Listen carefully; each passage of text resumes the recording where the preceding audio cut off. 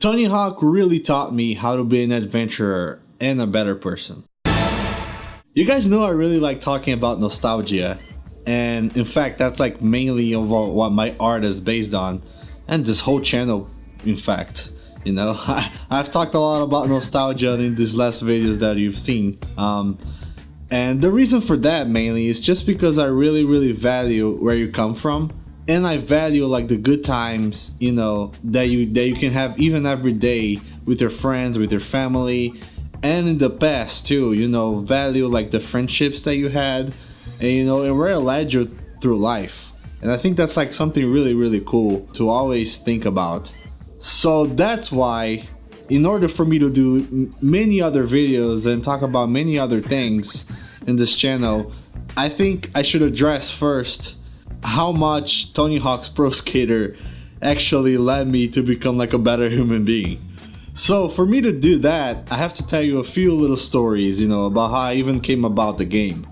When I was around like 11 or 12, I used to live in Brazil. I didn't even live in the United States. And back then, especially in Brazil in the late 90s and everything, there weren't a lot of people that actually own consoles, you know, mainly because in Brazil it is really expensive. And I think it still is today. Like the price for like consoles and stuff, they're like super expensive. And my family was never like, we were never like rich or anything. We were like, I don't think we were even middle class, to put it in a way, you know? Like, as a kid growing up, I didn't have a lot of toys or anything like that. So I learned how to have fun by myself, you know, by creating games, playing outside, you know, creating my own board games, and just watching a lot of TVs and cartoons and stuff like that. And you know, because of that, mainly in Brazil, you know, back in the day, there were a lot of these places called like video game rental places. I guess you could call them LAN houses. I think that's what they became later on, you know, as the internet grew more popular. But you know, back in the day when I was a kid, there were a lot of like video game rental houses where you would go into like a business where they had like a bunch of TVs lined up, all with like different consoles, like Super Nintendos, Nintendo 64s, and PlayStation 1s, the PS1s, and you know, all of these consoles and like old time consoles and everything. And they had like hundreds and hundreds of different games. And they have like all kinds of different choices and everything. So that's where I actually, you know, learned about different games, and that's how I got to play so many games and everything. You will go into these places and you will pay them like $2 or something like that. Like it got more expensive as time went on, but I think you would pay like $3-4 and you play for 1 hour. You know, like any game that you picked, as long as you know it wasn't being played by somebody else, or if they didn't have extra copies or something. So yeah, so that's how I got to learn a lot of games, and that's how I came about, you know, actually playing Tony Hawk's Pro Skater. You know, it was like a day, like after school, I went with a buddy to one of those video game rental places, and we chose Tony Hawk for some reason, and I just fell in love with that game. That was like crazy for me. No, like the PS1 was pretty new back then, and like seeing like playing like a skateboarder in 3D, like grinding through rails and stuff like that, that was really like mind-boggling to me. I really loved that. I really loved that. You know, back then I didn't know anything about skateboarding, and I wasn't very familiar with skaters or anything. And I didn't even know Tony Hawk. So cut back to you know, a few years in the future, when I was like around 13 and 14, I was already living in the US, and that's when I finally got my first console, and it was like a Sega Dreamcast. The Sega Dreamcast was a dream to me. Back in the day when I bought it, I had no idea that the console was already dying then, but I really chose that console over the PS2, mainly because I think it was cheaper, and because I just love Sega. I love Sonic a lot. I love both Mario and Sonic. I didn't care about, you know, oh, that Mario versus Sonic thing. I didn't even, you know, think about that, you know, as like competition or anything. Yeah, so I got the Sega Dreamcast, and one of the first few games that I got was Tony Hawk's Pro Skater 2.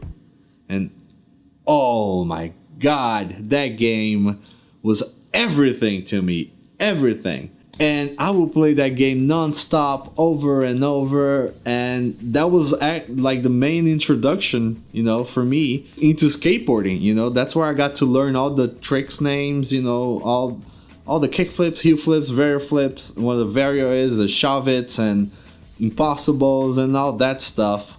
I'm pretty sure like Tony Hawk's Pro Skater has been like the introduction for a lot of people, especially my age, you know, into skateboarding back then. And around the 2000s decade, you know. So that was pretty huge.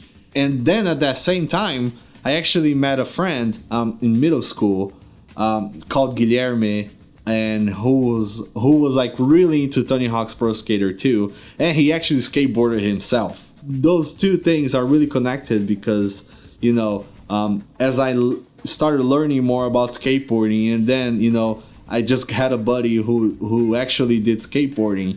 So that introduced me to actually start skateboarding myself. And I still remember buying my first board. We went to like Ron John, it was like a surf shop at a mall, you know, and I picked every single part myself. I picked the deck. I remember it was like this blue element deck. It was like a smaller one. I picked the trucks, I picked the wheels, the bearings, everything. And I wanted to build it myself too, so I just asked the guy to put the grip tape on, and then I went home and I, you know, put everything together myself, and it was like one of the most satisfying things, you know, I've ever had, you know, especially like as a kid, as a growing teenager. And that's where the sense of adventure actually comes from, you know. It comes from all that influence, you know, of this friend of mine and the game together, you know, and getting my first skateboard. And then we would go out into the streets and, you know, and try to skate. And I remember we went to a lot of like back of malls, you know, to like little alleyways behind the malls and stuff. And we would try like to do like a lot of ground tricks and like jump over stuff. And those are like one of my fondest memories as a young adult and, you know, growing teenager. Especially because as a kid, I was a pretty shy kid, and I didn't really was into talking a lot, you know, to adults and other people and other kids. I've always been a person where I would have like very few friendships, you know, just because I was shy as a kid. But you know, getting into skateboarding and actually, you know, going out with my friend who was a lot more extroverted than I was, you know, and, you know, going to the streets and trying to, you know, skating to different places and finding different places, talking to people on the streets, finding weird people out there. You know, there was like a lot of weird people and weirdos out there on back of the malls, you know.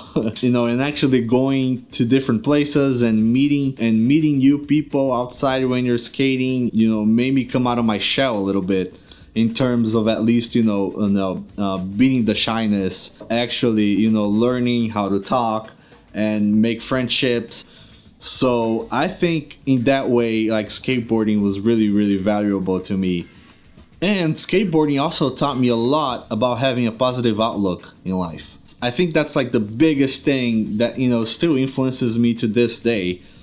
It's just the fact of you going out there every day, you know, and trying new tricks and practicing every day and going out there and busting your butt, staying out in the heat and hurting your knees all the time and falling on the floor and getting up and trying again.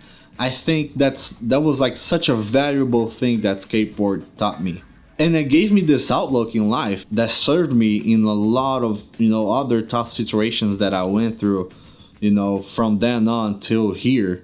That sometimes life sucks, you know, sometimes life gives you a bad deal on something. And even though it sucks and it's really bad, it taught me not to just sit there and, you know, and be the victim. You know, it taught me to get up, go and try again, and be disciplined and still try hard, work hard into doing whatever that you want to do in life. I think a lot of other sports will teach you that too. I think martial arts has a lot of that in the background too. I think even more than skateboarding.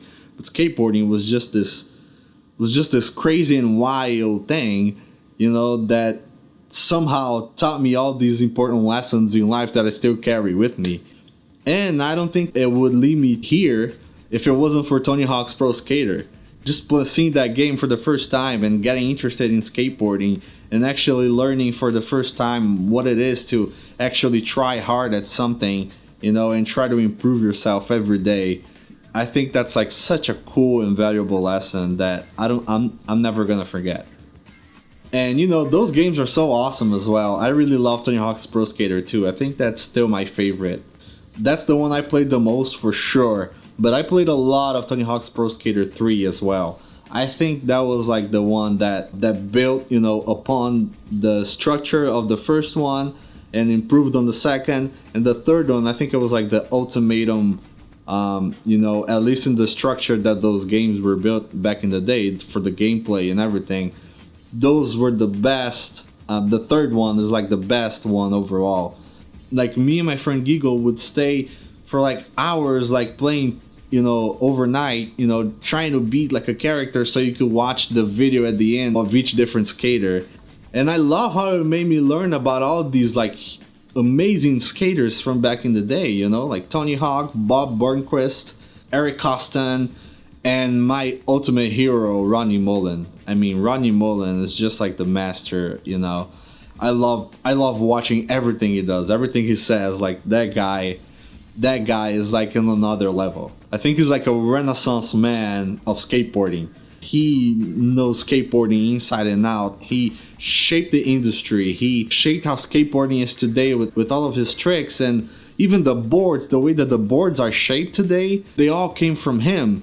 And I think there's no better master than Ronnie Mullen, for sure. For sure. There's other people too that are really good that helped, you know, shape the skateboarding, you know, industry and culture as well. But I think Ronnie Mullen is the ultimate guy.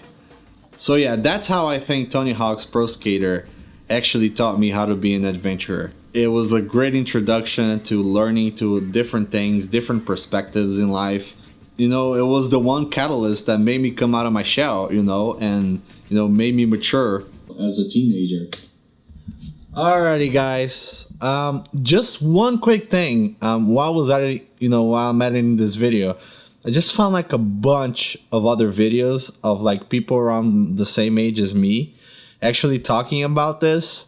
And there's one video I really want you to watch is John Hale's mid-90s, comparing like mid-90s skateboarding to the 2000s, you know, which is like exactly my generation. And his video talks a lot more about like, you know, actually experiencing, and you know, it goes deeper into the skateboarding itself. And he actually does a much better job than I do.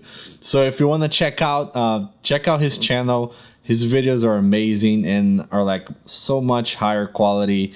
And it's like a quality that I really want to reach to, you know, in the future. So yeah, I really recommend you watch his stuff too, and this video specifically, you know, talking about exactly this that I talked about through this whole video.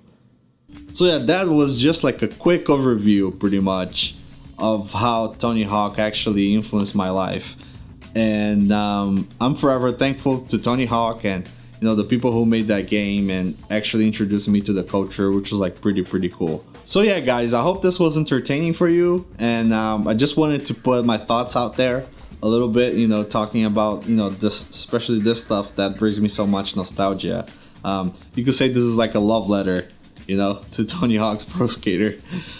So thank you so much for watching, guys. And if you think this video gave you any value in any way, consider buying a shirt from me. I have a whole clothing brand. You can go to eligad.com and check out all the stuff that I have there. And I have new shirts coming out every week. All the designs that I've been making are all revolved around like nostalgia and like pop culture from the 90s and 80s, or even current stuff too. So yeah, if you guys want to buy a shirt on my website, I really appreciate it. It will help me a lot, you know, towards becoming more financially independent, and for even making more videos like these, you know, for you guys. And like, I really enjoy doing this kind of stuff. So if you want to support me in any way, you can even just like leave a like, a comment, you know, subscribe, all that stuff. I don't even need to tell you about, because you already know, right?